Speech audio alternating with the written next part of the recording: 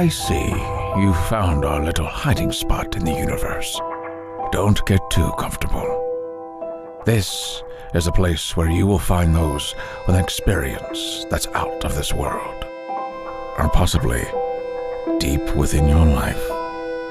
I welcome you to the Oracles with James Tyson. Lean forward and listen. We will pull you into a supernatural journey with guests from around the world, each one experiencing some of the most extraordinary phenomena this wee planet has to offer. I wish to invite you to support the program through the Oracles with JamesTyson.com Patreon link. For as little as $3 per month, you qualify for a free monthly psychic reading, a past life regression, and exclusive access to our filmed interviews. Don't lower your guard. That's just the beginning as we give back. When I have reached 2,222 members, we will be giving away monthly trips to supernatural hotspots and conferences across North America. Don't run. I can see you. With a limit of 4,500 Patreon supporters, you will want to get your passports ready, as every third month, we will include paranormal conferences and tours in Europe and Australia. I know you can hear me. Visit theoracleswithjamestyson.com and click on the Patreon link. Where are you listening? That's the Patreon button at theoracleswithjamestyson.com. Now, here are the Oracles with James Tyson. Thank you, Liam, and thank you, listener, for tuning into this episode of the Oracles with James Tyson. I am James Tyson, and I'm going to welcome a lady in here later. She is June Lundgren. She is a psychic medium, an animal communicator, healer. She is a nurse, and she sees demons. And I don't mean little elemental beings bouncing around. She actually sees the cloaked evil ones, and she removes them from people's homes. And it's quite fascinating what she does and how she does it. June is also, like as I say, a medium. She can see a ghost, and she hears them like you and I would be talking across a table.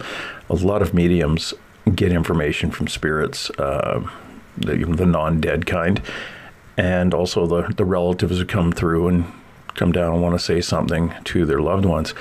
But they get them, like I do, in images or a quick flood of information, or what I get is like hand signals. And June doesn't get that. She sits there and talks to them like they're sitting across the table from her. She's been doing this all her life. And you can imagine being a nurse, having to go through that. Absolutely amazing. All the years she spent as a military nurse and quietly crossing ghosts over, or spirits over, in the hospitals without making anybody too nervous, especially back in the 70s when it wasn't really something you wanted to talk about like it is today. We're a little more forward, and forward thinking anyway, and understand that there is something after death, after our meat sack kind of falls down and rots. We still have an energy that's out there. We're going to talk about her experience with demons, clearing them out of places out in the UK, around the Pacific Northwest, where she lives.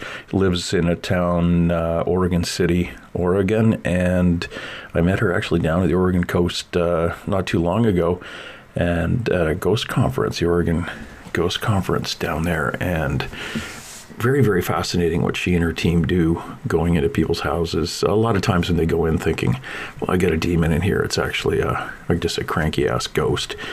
But every so often, she gets that negative one. And we're going to talk about that. We're also going to talk a little bit about the difference between a ghost and a demon, and what a real demon is, and what her understanding of a demon, and the difference between the old we'll call it the Old Testament demons like Leviathan and things like that, the big monstrous ones we've read about, and the lesser demons and how they came about.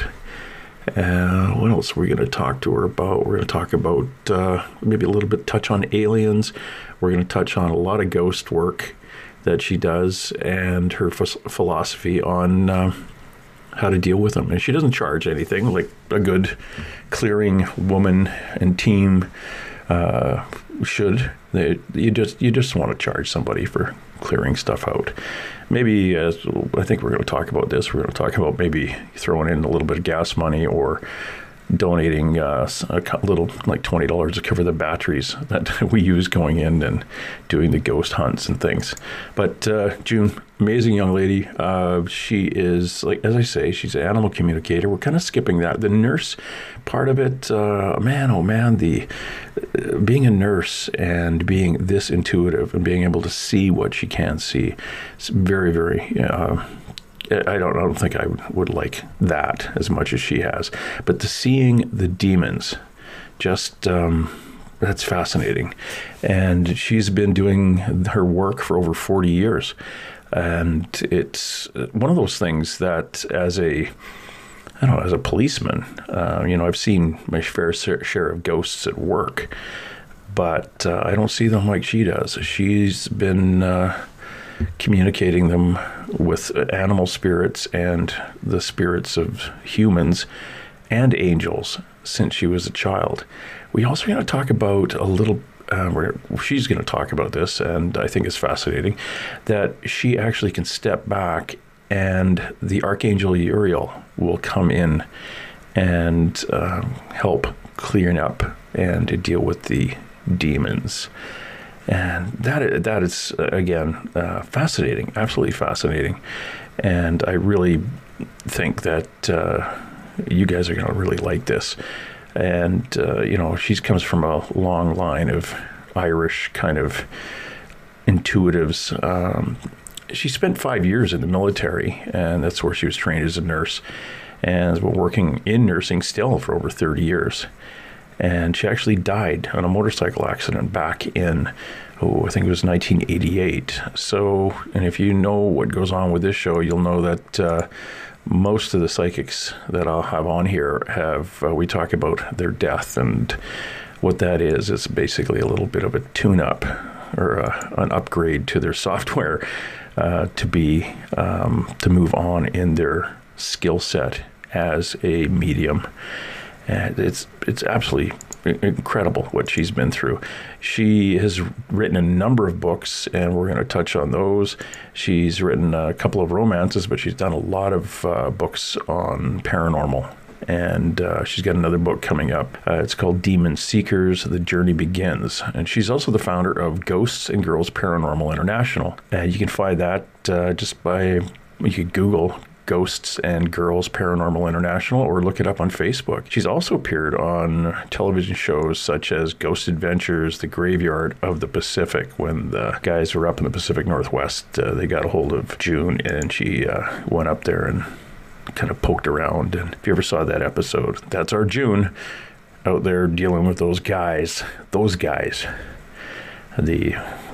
least if you watch that episode, there was one person who actually can see a ghost and not run screaming away from them. But she's done that. She lives out on a farm out just outside of Oregon City with her husband and her son. And she's written, I guess, 6 books in the last 7 years. A Medium's Guide to the Paranormal, Paranormal Encounters Book 2, The Dark Side of the Paranormal, and Paranormal Romance, which I kind of touched on. It's called Outta Time.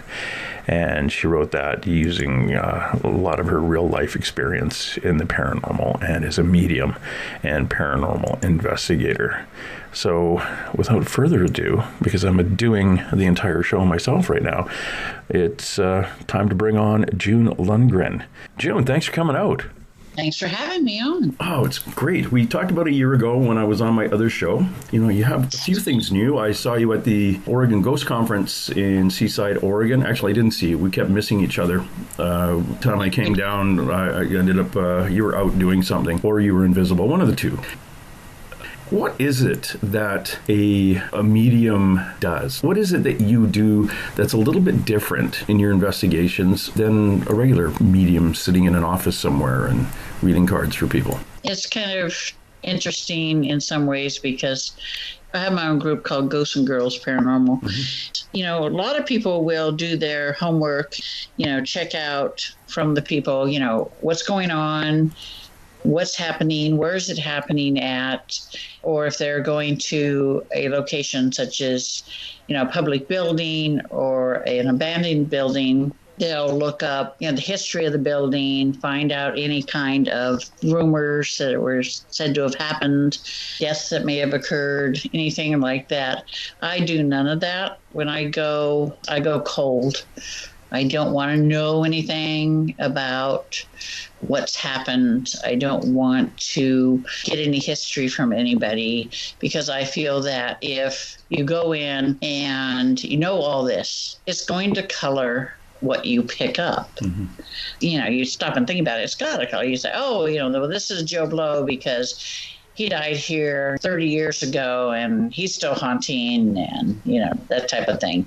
It's like, I don't like to do that. I just go in and usually the minute I hit the property, I know what's there. Sometimes, in fact, a lot of times before I even get that, if somebody emails me, I pick up right away what's there, what's not there. So I know, if it's human, if it's negative, if it's what it is, whether it's mental, whatever's there, I can pick up on that before I even go to the location. And I usually write down my notes. And then I do a walkthrough. I do everything telepathically. So I really don't speak out loud unless I have a question, which kind of, people aren't used to that. People are used to what they see on TV, where them walk through and they'll say, well, this is here and that's there, and I'm picking up this here and I'm picking up that there. I don't do that. I prefer to do everything telepathically because it's how I communicate with whatever's there, whether it be a spirit or whether it be a negative or even animals. I prefer just, to do it afterwards, walk through, sit down with the clients and say, this is what I picked up. This is what's here. It's going to be a problem or it's not going to be a problem. Validate for them what they've been seeing, what they've been hearing, what they've been feeling, that type of thing. Yeah. It's just, I think it's better that way. I do use, me and my para partner, we do use electronic devices. I do use a digital recorder so that I can go over it later, and whatever I get on there, I will send to my clients, so that they have a copy of it. It's just much easier to do it, that way. Yeah. It's interesting too, because in a lot of paranormal, as a basic paranormal investigator, you wouldn't, one person might interview the client and get all the details about the lady in a blue dress at the top of the stairs, but you wouldn't share that with the rest of the team because you'd always be looking at the top of the stairs and anything you see is going to be a lady in a blue dress. So you've kind of implanted that into everybody for something to look for. And, for you just going through very quietly, not saying a word and not really interviewing the client at the front end, maybe, you're open to seeing a lot more and you're not focused on, the top bedroom upstairs or the bedroom upstairs on the left kind of thing. Right. It's like, because I'm usually drawn to where the activity is the most prevalent. And but I think that the reason why I have a small group, it's only just 2 people, just myself and a girl named Wendy Stanton Phillips, who I've trained to do. She has her own abilities, but I've trained her in the way of, identifying the negatives and things like that. But she is more of she's more of what I would call the diplomat. Really? Yeah, she goes in and talks to the people and gets the drift while I'm walking around figuring out where things are and what's there. And she has that, ability, because when I get into something like that, I just simply focus on that, on what I'm doing, and everything else just goes by the wayside. When we said you taught Wendy how to identify a negative spirit or negative vibration, is that kind of what you lean towards as calling a demon? Yeah, you can, most people understand when you say demon. Okay, they think, oh, this is really nasty, And so I use that term because it's easier for people to identify with. But, it's a negative entity. I don't call earthbounds negative entities because they were people at one time. And I'm more likely to call them just an earthbound, things like that. June, you've been described as a demon seer. To you, what is a demon? A demon is a negative entity that does harm to people, the living, and these are beings that are unable to take physical form on their own. They're not able to be born into the physical world. So they would include a lesser demon, old demon, shadow people, banshees, minions, what I call minions, the little creepy crawly guys that kind of wander around. Mm-hmm. But, elementals, I really don't see them as negative beings. I mean, sure, they can be butt heads, but yeah. For the most part, they're mischievous. They're kind of like the Native American people will call them, tricksters. The coyote is a trickster. Mm-hmm. A lot of them will just be like, oh, let me look, let me see what's going on, let me watch you. And then you get the other ones that if you mess with their territory, you're going to really piss them off. And they're going to start doing things to cause you problems. Yeah. Yeah, that's what I've run into in areas where they've started clearing out forest and to build subdivisions and things like that. Yep. Yeah, it's they'll do everything from break down the machinery coming in to screw up your GPS trying to get to the location. They're kind of sneaky that way. They are. Little buggers. June, how long have you been seeing things like this? Take me back to when you were a child. How old were you when these things first started appearing? Let's see. I was dumped on my grandmother and grandfather when I was a baby, just about a month old. And my grandmother took one look at me and said, there's something special about her. She told my grandpa that. My grandmother, I come from a long line of women who are, gifted. She was a medium. Mm-hmm. And she had encounters with negatives, but that was as far as it went. So, she taught me how to tell the difference between the good ones and the bad ones. And she noticed that I could, talk to animals, communicate with animals, and the animals would hang around my crib and just be everywhere, under the crib and just be by me all the time. And so she started, helping me bring my gifts out more and more. And Michael, the Archangel, he came to her and told her, you need to train her as much as you can because, she's not going to be with you that much longer. And my grandmother didn't know it, but my mom came back into my life at 5, and she was already pregnant with another child from somebody else, and she wanted a built-in babysitter. So there you go. But I've been seeing these. Michael told me when I was young, I was about 5 or 6. He says, I want you to watch these things. I want you to study them. He said, you'll find that will come in handy later in life. So I made a habit of whenever I would see a negative, I would watch it. He says, I'm going to make sure that they can't see you, that they can't detect you, but you can see them. And it's like, okay, whatever. So I just really, whenever I would run into one, I would watch and listen and see what it was doing, how it worked. And I just thought that when I was young, I just thought everybody could see them, so I never really paid no attention. But when I went back to live with my mom, then, she said she didn't want me to do any of that stuff. I couldn't use my abilities at all. I would get the baseball bat upside the head if I did. So I learned early to hide it and keep it to myself. Okay, yeah, because it's one of those things that the other kids aren't seeing what you're seeing. You kind of just want to keep your mouth shut because you feel like an outsider. There's some kids who will actually shut down. They won't have that sight anymore, but it's kind of cool that you basically kept your mouth shut and kept seeing it. Yeah, I just kept to myself, and my grandmother only lived like 2 miles away, so I would ride my bike over, and we would talk about those things, and different predicaments and things like that, and my mother unfortunately was bipolar, and she had a violent temper, so it's like my childhood was not great. But I joined the military when I was 17. And left for nursing school through the military. I didn't really use my abilities much there because, it's the military. You just don't even do that.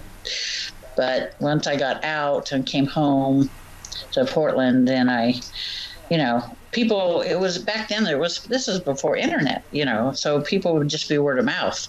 Oh, so-and-so, go see so-and-so because she knows what she's talking about and she knows what she's doing. So over the years, Michael has tutored me in a lot of different things. Like I was given the gift of the laying on of hands. I can do psychometry. I am also a psychic. I can see the future as well as the past.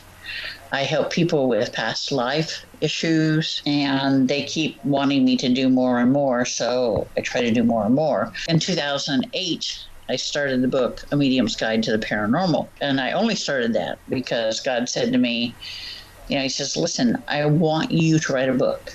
He says, I want you to put all the information that you can in that book about what's going on, about the other side, everything. And he said, but the one thing I really want is for people to understand that I do hear them, I am listening, and that I give them what they need, which is not necessarily what they want. And I'm like, okay. So a year later, in 2009, I published the book. If anybody wants to look at the rest of them, just go over to her website, mysticconnections.org. Again, that's mysticconnections.org, June Lundgren, and click on books, and it gives you the medium guide to the paranormal encounters 1 and 2, the dark side of the paranormal. You've been busy writing, and you have another book coming out, right? I have one called Demon Seer. It's basically an autobiography about my life, how I do what I do, and a lot of the information that's going to be contained in the book is all information that I've received from the other side as well, so that there'll be new information for people to glean from this. And I really think it's going to open a lot of eyes to the other side and what it's like over there. Mm-hmm. I've been dead a couple times. First time was when they lost me from whooping cough when I was a baby and brought me back. And then in 1988, I was riding my motorcycle and I was turning the corner and some woman ran a red light and hit me. And I was clinically dead for 2 minutes. Okay. And when I was on the other side is when, I realized, my grandparents were there, and they said, we want you to understand, that you're not alone and that we're here. And Michael was there, and he said, you need to understand who and what you are. And I'm like, yeah, I'm just me. Yeah. He's like, no. And so he made me relive all my lives back to the core soul. And he says, this is who you are. Your soul belongs to Ariel the Archangel. And I'm like, what? She was made to come back and relive lives till she learned to have compassion for mankind. And it took me a couple years when I came back to life to deal with that. I was going through a time. My grandmother told me, you're going to have a baby in a year.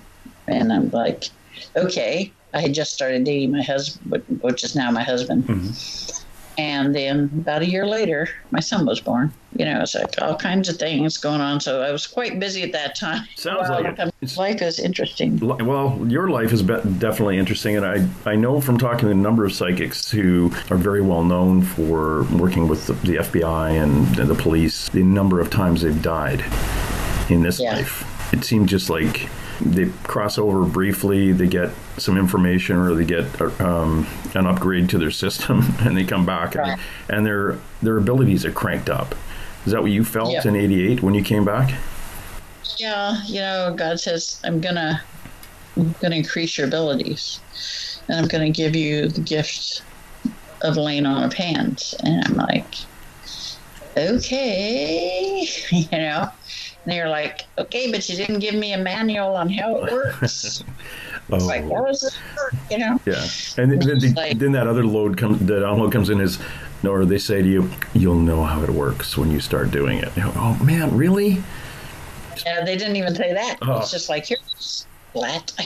Flat there it is. I'm like, what? There's no manual. And he said, you're going to hold up, am I going to put up a free beer sign or something and people are going to come down? Well, and he's like, no. He says, I will send people to you. Yes. And the way it's been ever since, people come. Yeah, and it is interesting. I had a bit of an awakening, or a full-on awakening in 2012. I had no idea what an empath was. And within a couple of months, I could look at someone in a photograph or see them standing there. And I could look at them and go, oh, that's one. And I can't explain it. I can't explain it. It's almost like I look at them and it's somebody I've known before, but it's not. I get that from a lot of you people, you nurses. And I find that it's we gravitate to the helping careers. Even if you're a waiter or a bartender, as I say, a maid or a butler, you gravitate to a career where you're actually helping somebody else or making somebody else feel good or protecting somebody. We gravitate to those careers. So you're a nurse. And you've been gifted with basically the laying of hands. That would be interesting in a conservative environment, in a hospital or something. I know places, I think in the Pacific Northwest here, it's quite common, but it's in the recovery room. Nurses are trained in raking the aura. You know what I mean? And they find that as their hands are kind of pulling on their aura, and it's like it's cleaning it. The people recover from the anesthetic quicker and with less of a anesthetic hangover. Right. So it's a side effect. Yeah. So my problem is when I go under surgery, Ariel doesn't like to be out, and I wake up in the middle of the surgery. So I can remember doing that. I haven't had that many surgeries, but each time I wake up in the middle of it, and they're like, put her out. She doesn't like me to be unconscious. Well, maybe she could work a little harder in keeping you healthy. She's like, I'm taking care of this. Don't worry about it, because it could have been, a lot worse than that. It could have been something even worse. So I was lucky. Yeah. Just tiny little incident. So I've been lucky. Yeah. And I've just been, I have empathic abilities. I just shut them down a long time ago, most of the time, because I kept feeling all their pain, all their anger, all their everything. Mm-hmm. And I don't need that. Just like when I was doing healing in the beginning, I would get all of their symptoms, all the pain. Oh. I'm like, no, I don't want all their pain. I do not want their symptoms. Thank you. Not working in a hospital or a medical clinic when people are coming in. So or something. Yeah. I had to shut down that part of it and only just do the healing part of it. Now, how did you shut that down? I just said, I don't know how it is for other people, but all I have to say is close. And it shuts down. Yeah, I have that ability. I have the ability to help people open up as well. So it's like, okay, fine. Because I've been asked that a lot by empaths, have trouble sleeping because when the veil things, everybody shows up in a room looking for help, or they can't go out into crowds, or they get irritated for unknown. I have a friend like that. Yeah, he has to be very careful, and he can't go out in large crowds, and especially if there's if it's a route like a bar or something like that, he has issues with. And with me, it's just, my grandmother always taught me, they, like children, the other side needs boundaries and limitations. So you set it right, you set it up from the get-go. This is when you can talk to me, leave me alone when I'm sleeping, and I'll get to you when I can, and so don't bug me. And I haven't had a problem with it. Good. It's something that if you can teach that, if it worked for everybody, it's like the cure for the common cold for an empath. It makes everything well. In your first book, A Medium's Guide to the Paranormal, some of the questions that it answers is, do angels, ghosts, and demons really exist, or are they a figment of our overactive imagination? I get that asked a lot, and it's funny that I think last year, 2000 whatever it was, 18, at the Oregon Ghost Conference, we got picketed by a church group. I didn't even notice. I was there, but I guess I didn't notice. Yeah, I think it was Sunday morning. They got there at 9, like before everybody was in, and they were only there for a few minutes picketing out front. But their belief was talking to a ghost is bad. Being a psychic is against I think it's in the Old Testament or something, and all ghosts are demons. It's actually in the New Testament as well. Oh, it is? Okay. There's a rewrite. Yeah. Oh, okay. Maybe that's where it was. So it's like if they read the Bible, they would know, because in the Old Testament it says, pray for the gifts from God, and pray that one be a prophecy. It wouldn't be a prophecy? Or... No, they would pray for the gift of prophecy, because it's the most revered of all. And then after that, it's like, oh, you don't be listening to prophets or something, or yeah. Because people would say, these gifts are the gifts of the devil. Yes. Now, and, in your experience, though, it's how would you kind of face somebody like that? It's kind of hard, because I know every psychic I've ever met believes in God. It's not like it's some outside of a religion. They may not have the same base religion as the protesters from whatever church, but it's like, if you believe in angels, kind of God goes with that source. The balance between good and evil, so to speak. You can't have one without the other. You have to keep a balance. And not much as we'd like to not have the evil side, it's a balance. It just keeps the universe in balance. And I've told people, if you don't believe in that, I said, the gifts I have are a gift from God. Mm-hmm. I said, I don't. Then I just quote, the Bible, where Jesus says, if you don't believe me, believe in the work that I do. Yeah. It's like, even if you don't believe in me, believe in the work that I do.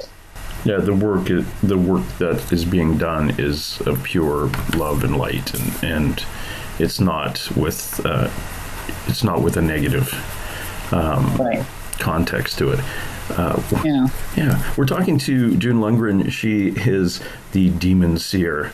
If you want to get a hold of her, if you have any questions, or and we're going to talk about this in the next couple of minutes here, if you have little things that go bump in the night in your house and you want to get rid of them, you can write her at demonseer1.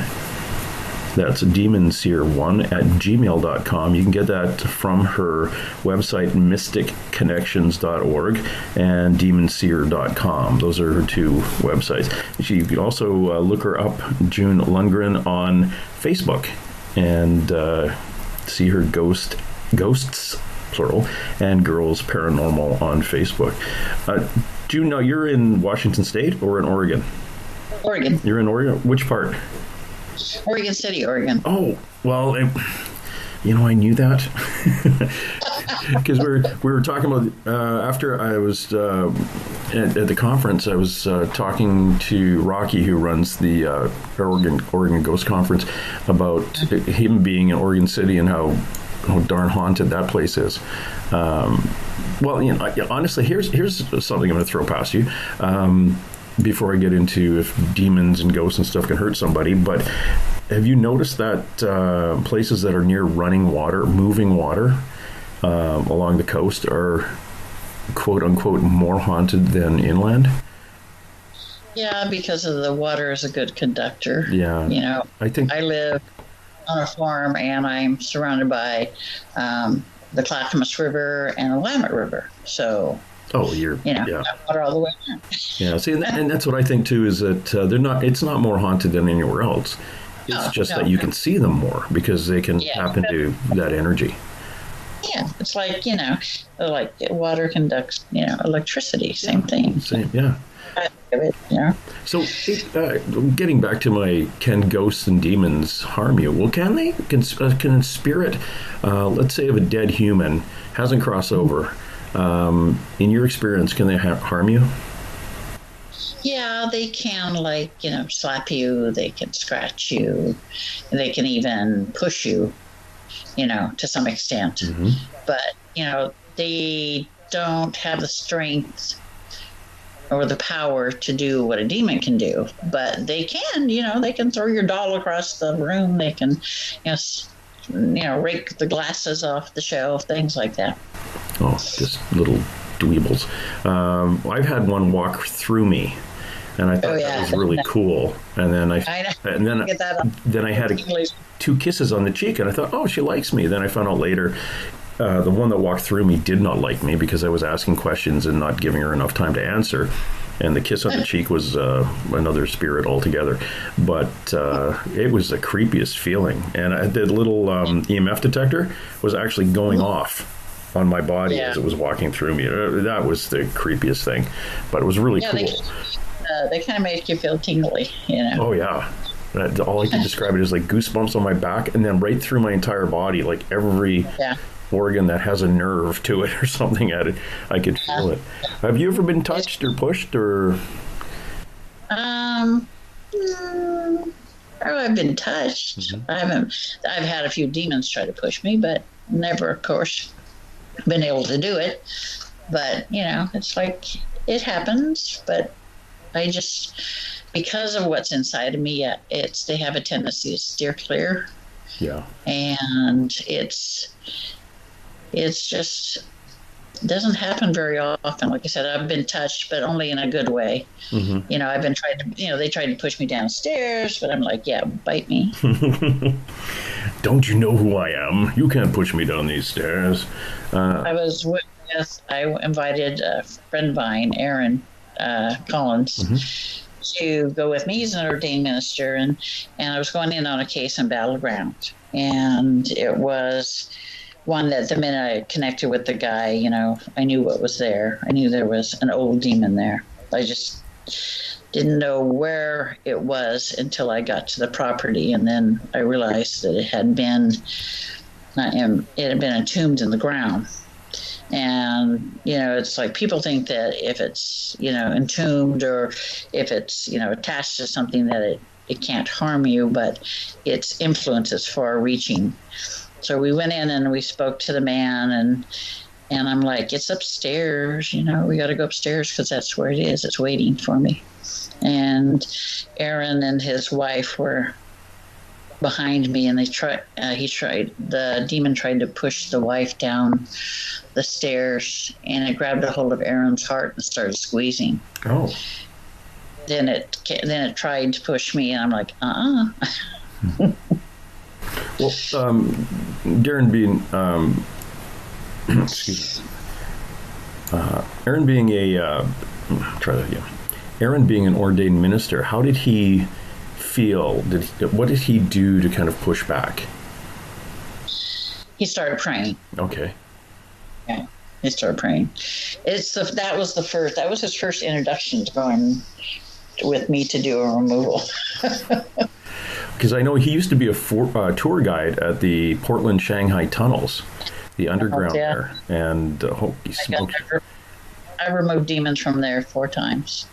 And I told him, I'm not going to do it again. You let people in the back part of the tunnels, the owner does of the building, and they perform seances and they have a witch board and stuff, and they don't close the portal that they open when they do these things, and all kinds of things come in. Yeah. People get attacked. It's like, really, I'm going to send you a photograph that I got there. I was down there with Montana Jordan, Skeeter Wellhouse, and Seth and Brian. We were just doing the public tour, trying to be stealthy and not obvious with recording devices and stuff, which you're not allowed to have. But I took, with all the stuff, all the fancy cameras we had that looked like normal cameras, we took a picture, or I took a picture with my cell phone, my iPhone. And it was just dust moving. And then I got it home and looked at it on the computer. And I'll send it to you because I have what looks like, at one time it looked like the Tin Man when we first looked at it. I thought maybe it's some negative energy. And then a American Indian with one of those cedar hats on, like from 1800s, sitting down, and her head was bowed at this guy's lap. And I'm thinking it was a protective entity. She was, yeah. So I'll send you that photograph, and I met her. I went down there. They used our group to go down. We did our own investigation and everything, and I did the removal while I was down there. The first one while I was down there, and everyone's like, I want to videotape it. And I'm like, okay, whatever. I don't care. And so I'm down there, and I'm like, hear this. I'm in the middle of my removal, and they hear the demons growling, and he dropped my camera. I'm like, don't drop my camera. Jeepers. Yeah, I know. It's like, please don't drop my camera. Don't drop my camera, evil spirit. I've had that sleep paralysis where something's growling in my ear, and I got told, if it's growling, it's a human, and if it laughs at you, then you've got some other issues. No, I think it's kind of like the other way around. Really? Because I definitely had humans growling at me, and then we removed them. We crossed them over the next day. And there were three guys who had followed me home. But I'll usually try to impersonate something to try to scare you off, to get rid of you. Have you ever had one of those incidents where you see something and it almost looks like, the black thing with the horns and the red eyes, and it's actually a human spirit that's trying to fool you? Yeah. I had to where up in Vancouver, they were having problems with a theater, and I went in there, and they're like saying, we're seeing this huge 7-foot tall shadow person, and it's like, freaking everybody out, scaring the kids, this. So I go over there, and it's like, really, you couldn't pick something else, I told the ghost. I'm like, this is like, I told him, I said, listen, this is a short, fat, balding man who never got any respect in life. And he'd be darned if he was going to get respect in death by showing himself as a 7-foot tall shadow person. I'm like, but he's not. He's just a short, fat, balding man with respect, I guess. So crossed him over, but it's like, because the difference is, I see demons in their pure form. When a demon, you see a demon, what they do is they reach into your mind, and they find your preconceived idea of what they should look like, and they amplify that times 10 to scare the bejeebers out of you. And so that's their MO. But I see them in their pure form, and I've always seen them in their pure form. I've told people, I said, people want to see what I see. I said, no, you don't. And what do they look like? Like, describe, like, you have the little crawly ones. Do they look like black caterpillars?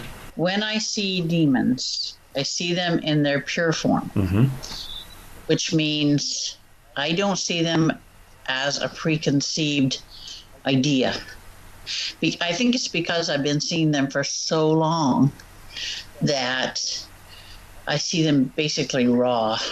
What they look like, I guess the closest thing I can say is if you picture an angel, okay, they're 7 feet tall, but instead of being what we consider white, made up of white light, they're black, and they're made of basically darkness. But when you get to their face, it's a whole nother situation. They have eyes. The face is horrible. It's like your worst living nightmare. The eyes are red a lot of the times, but the angrier they get, the more yellow that they get. It's almost like seeing the reflection of a candle in the darkness. You know how you get that golden glow? Yeah. Their eyes kind of look like that. They have no mouth. It's all done, their communication is all done telepathically. And it's just freaky, bizarre. Are they raggedy looking, or are they kind of beat up looking? They're splendid looking. I mean, if it wasn't for the face, they'd be awesome. They'd be like totally awesome. But the face is what does it. It's like all that evil. I had one person that said, a friend of mine said, listen, I want to see what you see. And I said, no, you don't. He's like, yeah, I do. I'm like, okay, hold my hand and you'll see what I see. And he's like, oh my God, what is that they're saying? He says, I can't understand it. I don't understand the words, but I understand the intent. Yeah, the intent is to kick my buns, but it's not going to happen. And he let go of my hand because one of them was running towards me. What he saw and what I see are two different things. Even then, he couldn't see it because he couldn't deal with it, but he saw close proximity of it. And it was enough to say, never want to see it again. Never, ever want to see it again. Demons speak in Aramaic, and my brain is kind of like hardwired to interpret it. Mm-hmm. So I know exactly what they're saying, which is never nice. Why can't they just compliment me once in a while? They threaten, they call me everything, and all those good stuff. And it's like, whatever. I don't want to listen to you. People have asked me, well, don't you want to find out what they want? Don't you talk to them? I said, no. Why would I want to talk to them? There's nothing they can say to me that I want to hear. It's bad enough they got to, call me everything, but the Kleenex box. Come on. When you say they speak in Aramaic, would that also be what the good angels would speak in? Yeah, but I hear it in English. Oh, okay. With them, with the demons, I just understand Aramaic. First time it happened, I'm like, huh? What? To me, it would be, oh, you're trying to scare me? Yeah, I don't understand a word you're saying. Yeah. It's like somebody yelling at me in Cantonese. I know they're mad, but it's kind of giggly, so I don't know what they're saying. That don't have my abilities would hear like he did, my friend did. Mm-hmm. He would hear it as a high-pitched frequency. Almost like a scratching, high-pitched frequency. When I did a show, one of the guys said, what is that? Because it was just in his left ear. Oh, I said, that's how you non-demon people hear a demon. Oh. And then we were at the beginning of the show. He's down there with me on the camera. He's my camera guy, and he's like, he hears a growl, and he's like, what is that? I said, don't worry about it. It's just a demon over there in the corner. Nothing to worry about. You're going to protect me, aren't you? Yeah, don't worry about it. I got your back. Now, you've written a two-parter, Paranormal Encounters. So obviously this is kind of a list from your notes going back to you going into these different places or graveyard encounters and shadow people and the theater and things. When you said you went up to Vancouver, was that Vancouver, Washington or Vancouver, British Columbia? Washington. I mean, there's a lot of negatives there. A lot of activity is battlegrounds just as bad. And then Lebanon, Oregon is horrible. Why do you think, like battleground, I'm guessing because it was a battle there, but some places are just more negative than others? Could it be geographical, ley lines? Ley lines are lines of power. Even the Romans knew about ley lines. They built their roads on ley lines, hoping that it would bring the power. But the thing is, anytime you'll find these places where people say, oh my God, nothing can live there. It's cursed. Bloodshed. A lot of battles happened here.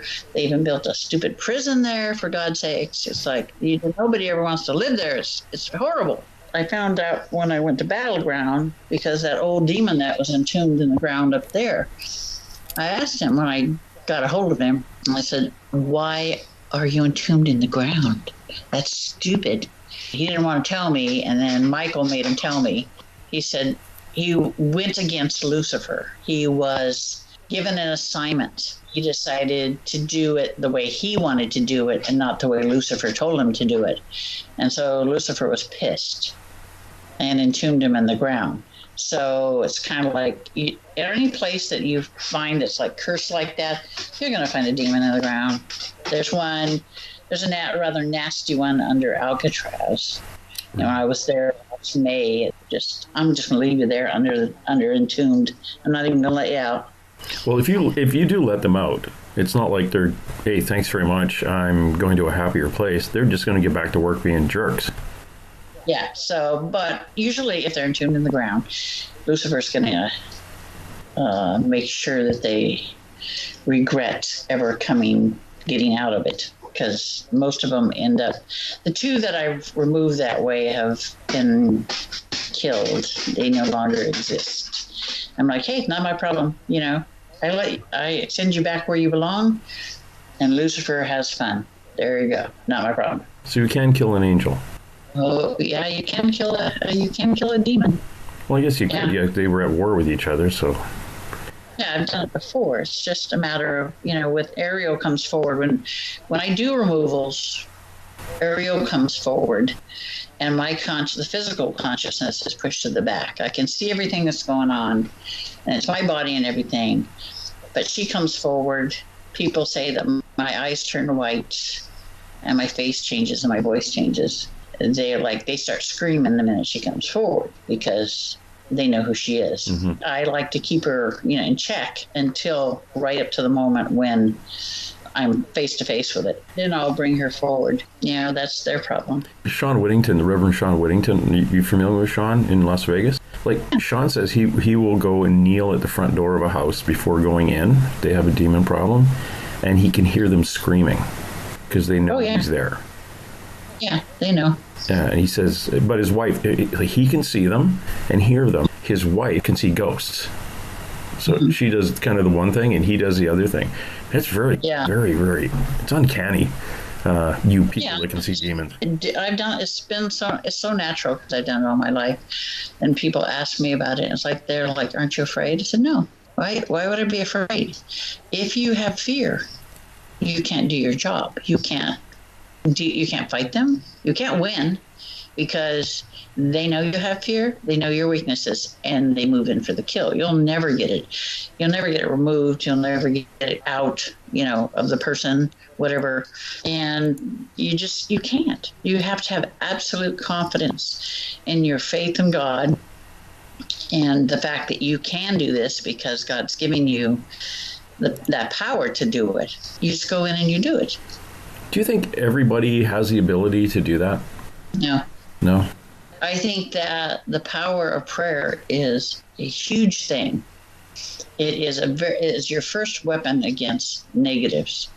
The power of prayer and invoking the name of God and Jesus Christ, or if you're Buddhist, Buddha, is very powerful. I would like to say that, that will protect you 100%.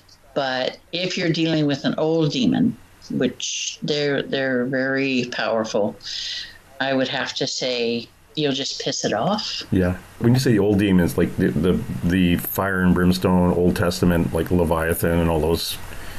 They're equal to archangels. Okay. The old demons are archangels in power, and they rarely come down here. We're not worth their time and effort. But it's the lesser, what I call the lesser demons. They're kind of like, teenagers on steroids. Mm-hmm. They're coming into the physical world, causing all kinds of problems and stuff like that, and having a good old time. And, of course, wherever you find a demon, you'll find the little creepy crawly dudes who, kind of scuttle around. They hang around. I liken it to a shark with pilot fish. Same thing. Oh, okay. So they kind of feed off whatever energy the big demon stirs up. Right. Yeah, there you go. Interesting. Talking to June Lundgren, she is a psychic medium. She is a demon seer. Hey, June, I was going to ask you something. What do you think about what I want to do with my Patreon account for the podcast by if people sign up drawing for names of readings and trips and things? Do you think that's a good idea? I think it's awesome. A lot of people, benefit from that.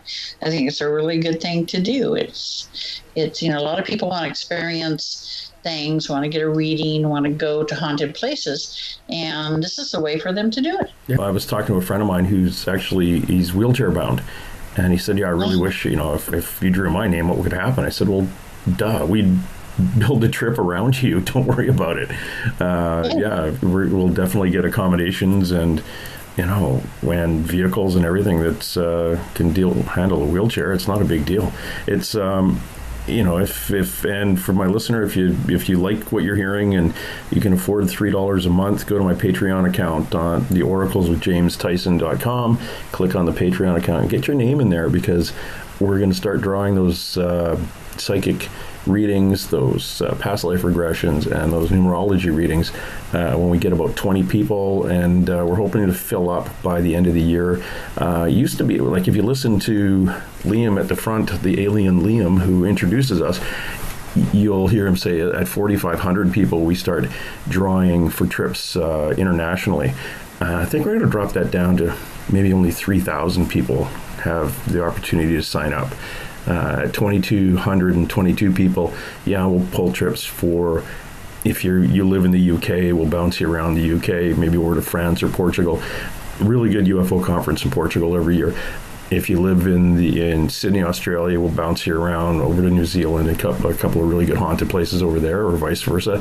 And if you live in North America, we'll bounce you around to the different locations, different conferences, whether it's Bigfoot. We'll send you out on a Bigfoot adventure with a couple of the groups down in the southern U.S., into Oregon, Washington State. If you like ghosts, we'll bounce you around to different haunted places that you've seen on TV, and we'll set you up with the groups that will take you on those tours. A lot of fun, and unfortunately, I'll go with you. And we could also put them together where one adventure might be 10 people heading out to do all the ghost ones, while another one is all the UFO tours and all the Bigfoot stuff, or vice versa, whatever you think. It'll be custom made for you. Again, if you're interested, it's $3 a month over on my Patreon at theoracleswithjamestyson.com. Just click on the Patreon link and sign up and get your name in there. And we may even send you down to Oregon City, and you can hang out with June, and she can show you what a demon looks like. Just hold her hand, and okay, maybe not. No, you were a nurse in a hospital. Yeah, I was trained in the military, 2 in the Army and 3 in the Air Force, and I was stationed at Sasby Hayes Army Hospital in Fort Ord, and then when I switched to Air Force, I was up at Spokane, Fairchild Air Force Base. They had a 35-bed regional hospital. I worked those for a long time. The problem is, you're trying to help these people cross and not be obvious about, So I learned early to do it telepathically and try to act like nothing was going on, because, it's like people would be, are you, hand in front of my face. I guess I would get a faraway look on my face, and they're like, "Are you in there?" I'm like, "Oh yeah, I'm here." I'm just kind of busy right now. I'm just tuning in. Yeah. When you were working in the hospital and you were crossing people over, and you say you do it telepathically, I've never. I guess when we cross people over, it's telepathically too. You're talking to them and you're showing them something.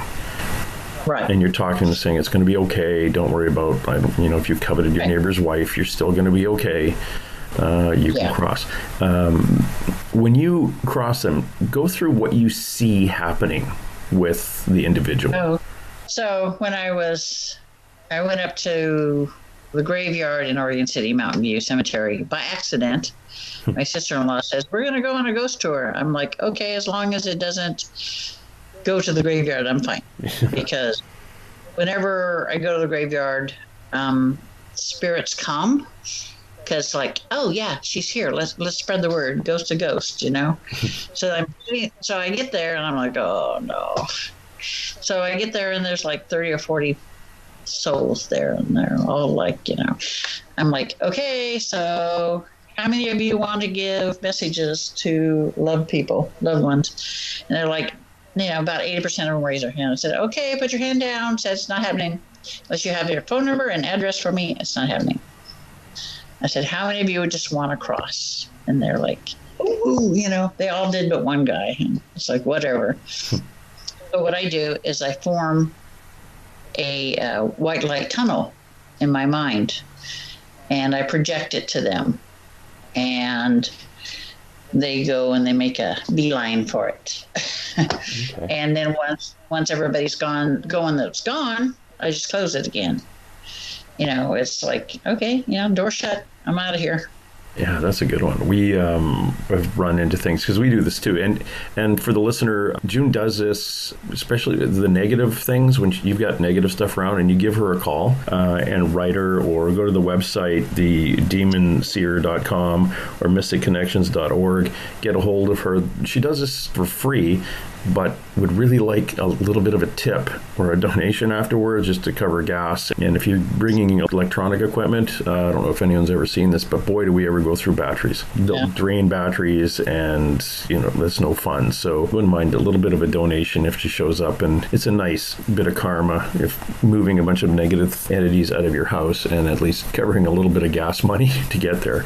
Again, go check her out at her website, mysticconnections.org. You can contact her through there, and you can buy the books. You can click on the books there and read a little bit about them, and also demonseer.com, or on Facebook, Ghosts and Girls Paranormal. And June herself, June Lundgren.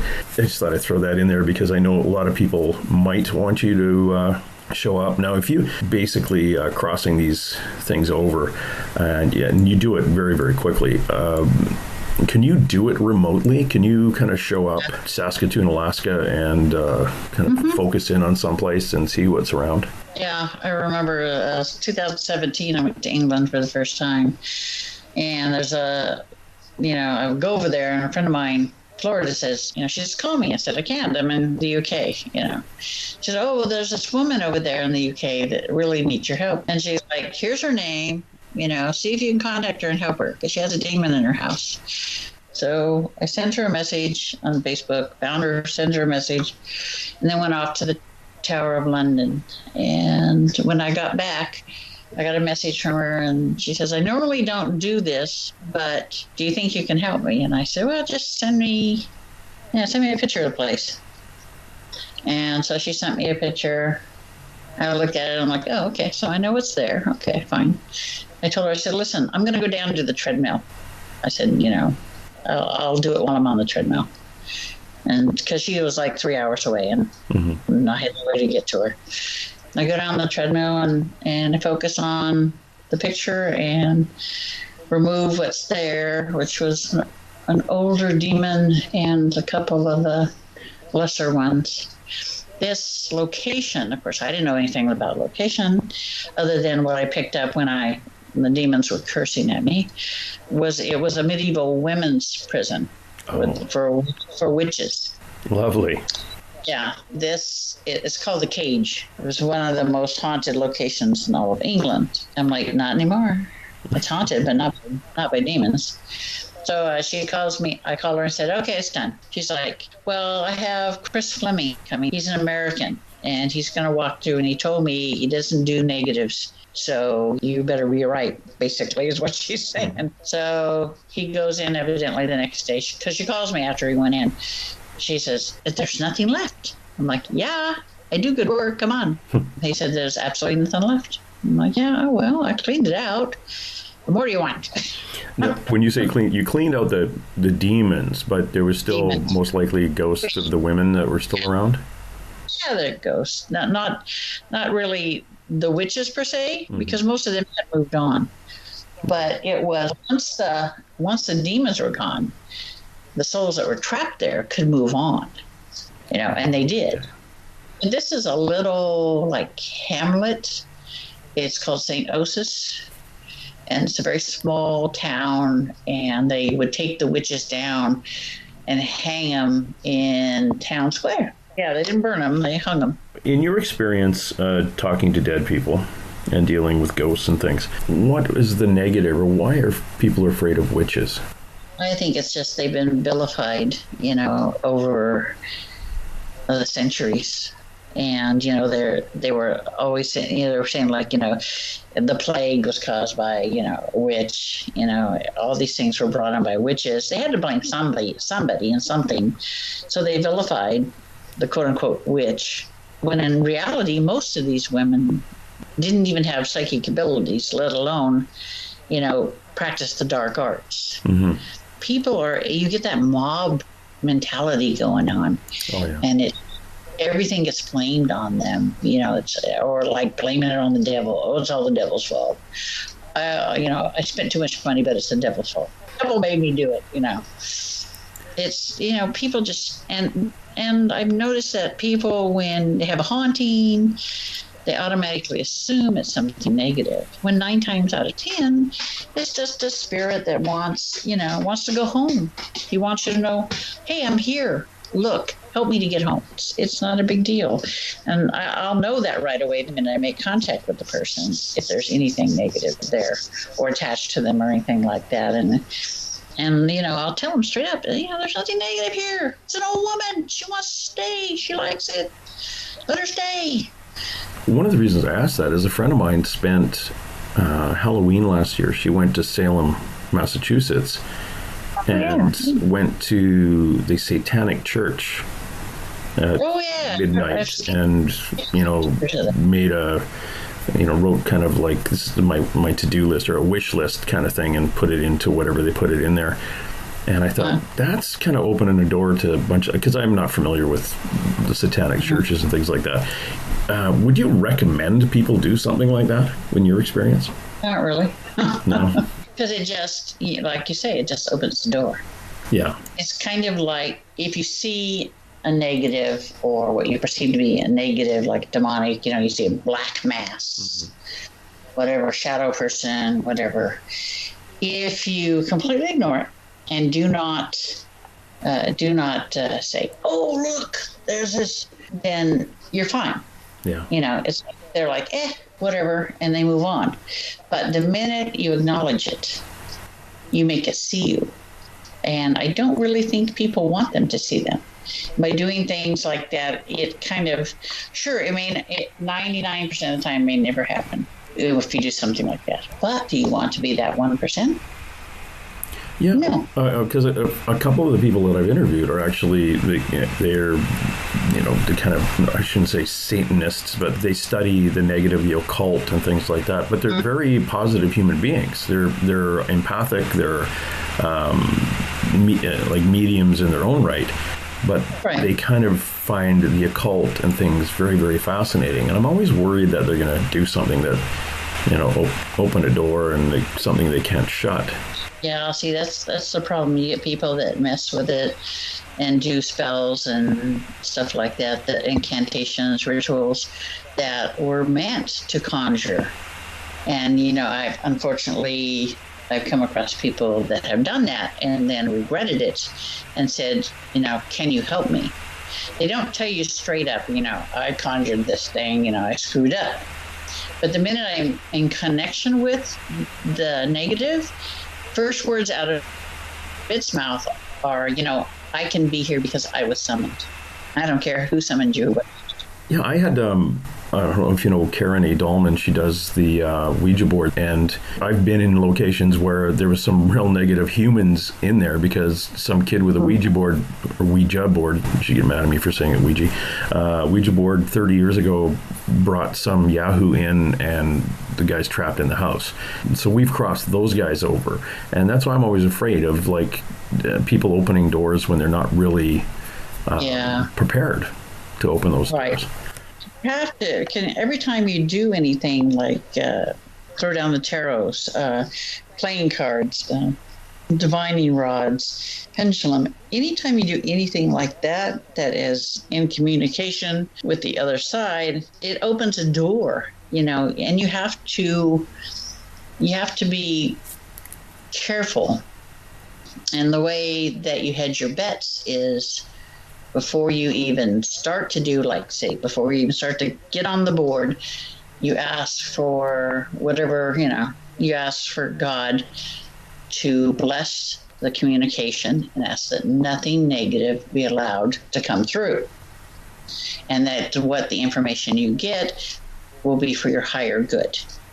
And then you communicate, and then at the end, you thank God for the blessing and ask him to close the communication. Because if you don't and you just get up and walk away, it leaves that door open. Yeah, I've found myself having a hard time closing. And it came down to someone saying, imagine just a little lock on the top of your head and click it. Or what I'm imagining now is like a rose blossom opening and then it closing back up again. And so that's what I see.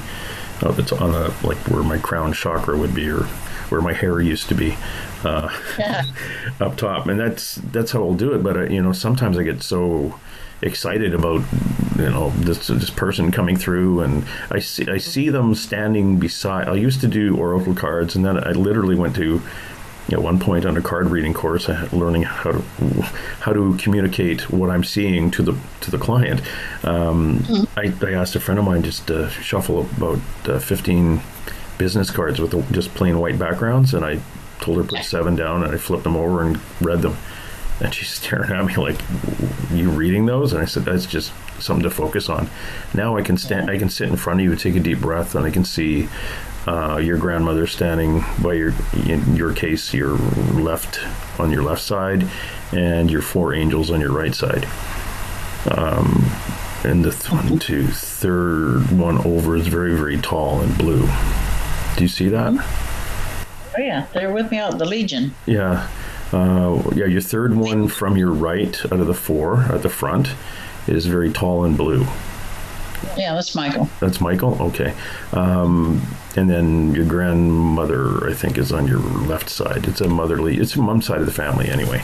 Yes, it's my great-grandmother, yeah. Oh, okay. But that's what I don't see them like I'm looking at you, like in real life. I just know they're there, and I can describe them, but I also don't hear them. I just see, I'll get information downloaded really quickly, or I'll see them do things with their hands, like make hand signals, and I'm starting to learn what the hand signals mean. It's taken me a while, but they all have the same hand signal, so it's kind of cool. But it's really interesting on the way different people have developed the communication with that other side. See, I hear them like I'm talking to you. That's cool. I've always heard them that way, though. It's because Michael's been with me in all my lifetimes, and he's never been anywhere. And one of the things that I'm writing about in the book, my new book, Demon Seer, is about the Legion of Light. And long before the quote unquote war with heaven, between the good and the bad, heaven and hell, God formed a legion. It was Ariel, Michael, Ezekiel, Gabriel, Raphael, the 5 archangels. And they in turn trained others below them, and on and on. And he called them the Legion of Light. What they did was they dispensed, justice where it was needed, and the protection of their realm. And then, then Lucifer decided to kick up his heels and cause some problems. And so there was a big to-do. And then Lucifer said, when Lucifer just was disarmed by Michael, and his son was disarmed by Ariel. And, Lucifer told God, you're just too lenient. You're just too lax. I would do a better job. You're just too nice, basically. It's, you guys want to have physical bodies, and we don't want to have anything to do with having physical bodies where we would feel pain, grow old, get diseases. We don't want any of that. And God says, okay, I'm going to give you exactly what you want. He says, you're never going to be able to take on physical form again. You're never going to be able to be reborn. And then the archangels created a rift, and inside the rift was darkness. He said, but you're also going to live there. And then once they were all inside, the rift closed, and one of the other angels was assigned to guard the rift. But so that's why the Legion is so important and it's so prevalent, because they are, basically the hierarchy, the protectors, and the ones, and they train the ones under them to also, be protectors, the warrior angels. Mm-hmm. Yeah, those are the ones that, the three of those, your angels, those are the ones I see. The white, very bright white ones, along with that really tall blue one. Yeah, Michael's blue, Gabe is there, Raphael, and Ezekiel. Now, when I've been told that Michael's really, really strong in me and has been, and along with an archangel named Heniel. Yeah. So she's in physical form right now. Oh, really? She is? He has been sent down. There are 8 archangels in the world today. I'm one of what's inside of me is one of them. And Haniel, my next book I have one called Demon Seekers, The Journey Begins. Okay, it's based on the search for the archangels. The second one has the archangel Haniel in it. Oh, cool. She's in England. She is? Yep. Oh, cool. And he's in male form. Oh, okay. Because she and Metatron were the only 2 humans that were raised to the archangel status. Yeah. My understanding. Yeah. That's interesting. I had a caller call in a couple of years ago to my other show and was talking about all these things he was encountering, and he had been in the U.S. Navy for years and then came back home, and Black Hawk helicopters following him around and all sorts of things, and he started seeing things. We basically determined he was an angel that was here, and he was like mentioned in the Bible fighting with the archangels, with Michael, but he was a lesser soul, like a... They're the next step down. And we actually identified him, and the 2 psychics I was talking to him with said, "Do you have like a mark on your back, like where your shoulder blades are? Do you have like 2 lines?" And he says, "Yeah. How did you know that?" And it was these 2 strips of hair, right, like on each side of his shoulder blades. And they said, "Well, that's where your wings were." And he was like, kind of freaked him out, but it made him a lot more comfortable. He could see, he would be driving around and actually took pictures of these basketball shaped blue and like almost like chrome orbs, basketball size, paralleling him on the roads. Right. And he would look at them, and now I'm getting all goosebumped. But that was one of those things where, and we determined he was here because when it comes time to judge us, he's going to be called up as a witness. And they're going to say, "Okay, so what did you find about being a human?" "Well, it's okay, I guess." I couldn't get a girlfriend, and the guy like runs a CrossFit place, good looking kid, but he couldn't get a girlfriend. And the psychic said, "Yeah, that's not your path to have a girl interfering with you at this point in your life." And he's like, "What? I want a girlfriend." Well, you're too busy for that. But that was interesting when you say then you say the Heniel's actually here, kind of hanging out in the UK. Yep. And he's in my second book. The climax of it happens at Stonehenge, but it's called Demon Seekers Into Darkness. And you get this information for the book from where? I'm always in connection with the other side. And they tell me, they put in my head where they are, what their names are, what their angelic name was, and where they're located. And I actually met him when I went to England last year. Interesting. I know of one in France and one in Italy. Okay. This young guy that phoned in us, he's in Utah. So he's in the land of Mormons, but running a CrossFit place. So if you're going to CrossFit in Utah, it could be run by an angel. Yeah. Yeah. Interesting. That's the thing, angelic beings know each other. Okay. it's like they sense it. It's like when I was down, I was having somebody says, oh, you need to try to get your chakras cleared and all that stuff. And I'm like, okay, if you say so, so I go and I lay down. And she's like, oh my God, do you realize you have an angel inside you? I'm like, yeah. She says it to tell me that, she told me not to worry, that she's taking care of this body. That's great. That's interesting. This is hilarious. It's funny. But people are, there are others. I have a friend in England who, her soul belongs to a warrior angel as well. Okay. And she's the type, she's a social worker, poor thing. In the UK, social workers, no, not good. Okay. But you can definitely see it in her. I mean, she's like, all about it, especially when she gets upset or, indignant about a child being hurt or something like that. Mm-hmm. Her angel comes forward. Yeah. It's a lot of people running around that are supposed to be here to observe.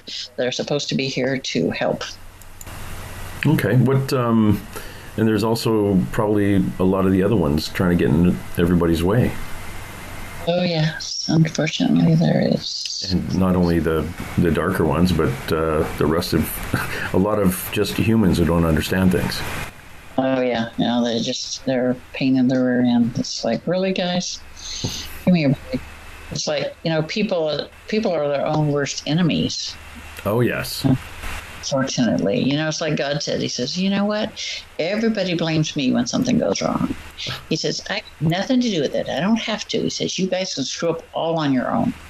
He says, I don't have to do any of it. Before I let you go, have you had experience with extraterrestrial beings? Yeah, it's not my favorite. No, okay. Yeah, especially the dude that was, they are telepathic communication. And I'm like, I didn't like what I was picking up from the one when I was, we first moved out here to the country, and I was laying on the couch, and I was like about 8 months pregnant. And I'm like, suddenly I see this, thing just cross the sky, shoot across the sky, and then go up, and then back down again. And I'm like, oh, you don't. I could feel the intention of them, and I'm like, of this particular one, I'm like, oh, no, you don't. I'm shutting down, because they're drawn to people with abilities. Oh. It's something that they like. So they kind of check up on you, or yeah, they're drawn to people with abilities. So they basically want to. This one's like, oh, I want to take you apart and see what makes you tick. Oh, great. That was not my favorite. So no, I don't think it would have been.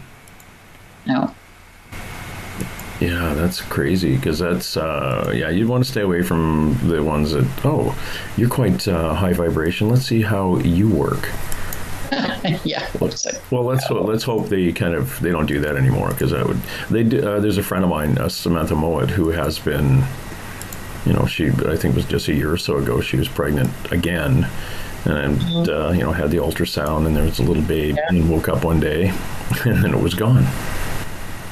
Because she's been, but she actually understands. She's actually seen her children. They've taken her up and introduced her to the kids who started in her. Very, very interesting woman. Had dealings with the Men in Black ever since she was young, and when you get your show back up. That is a lady you got to talk to. She's I almost, if we didn't have the Oregon Ghost Conference on that weekend, I would have been down in California doing a UFO conference down there with her too. And it was it is an interesting story. We are talking to June Lundgren, and the little radio show that I'm talking about, The Dark Side of Paranormal. She's just on a bit of a hiatus right now, picking a network of podcasts to go out on. And so keep that in mind. Please go to her website, mysticconnections.org. Again, that's mysticconnections.org. There you'll be able to read about what she does, and also Ghost and Girls Paranormal, which is on there. And they also have Ghosts and Girls Paranormal in the UK, which is kind of cool. Yes. You have three ladies out in the United Kingdom that bounce around helping people there. One of them has the warrior angel in her. Oh, is that Debbie?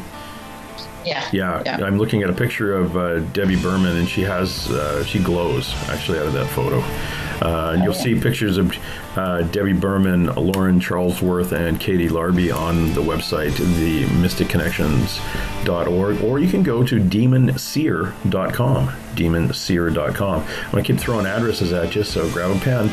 If you have any questions for June, give her a shout at demonseer1, the number 1, not the written word, but demonseer1 at gmail.com. Now, you can get that email address off of pretty much everywhere. You can find her on Facebook. I was forgetting the term for it. Twitter.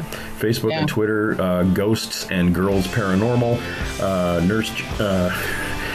Nurse June, thank you very much for dropping by. You're welcome. It's good to be on your show. Okay, thank you very much. And thank you, listener, and have a wonderful 3 days until I see you again. Talk to you soon. Bye-bye.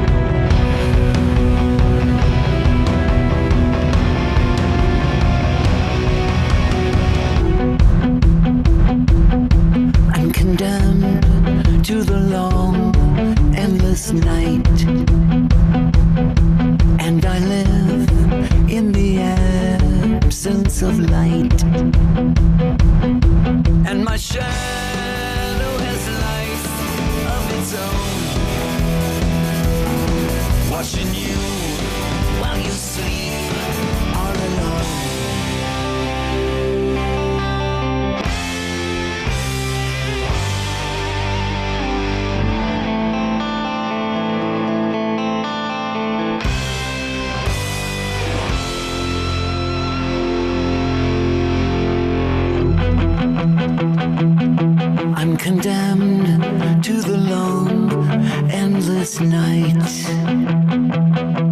and I live in the absence of light. All right, that's it. Let's roll. And hey! Let's be careful out there. Far over the snow, what are those voices?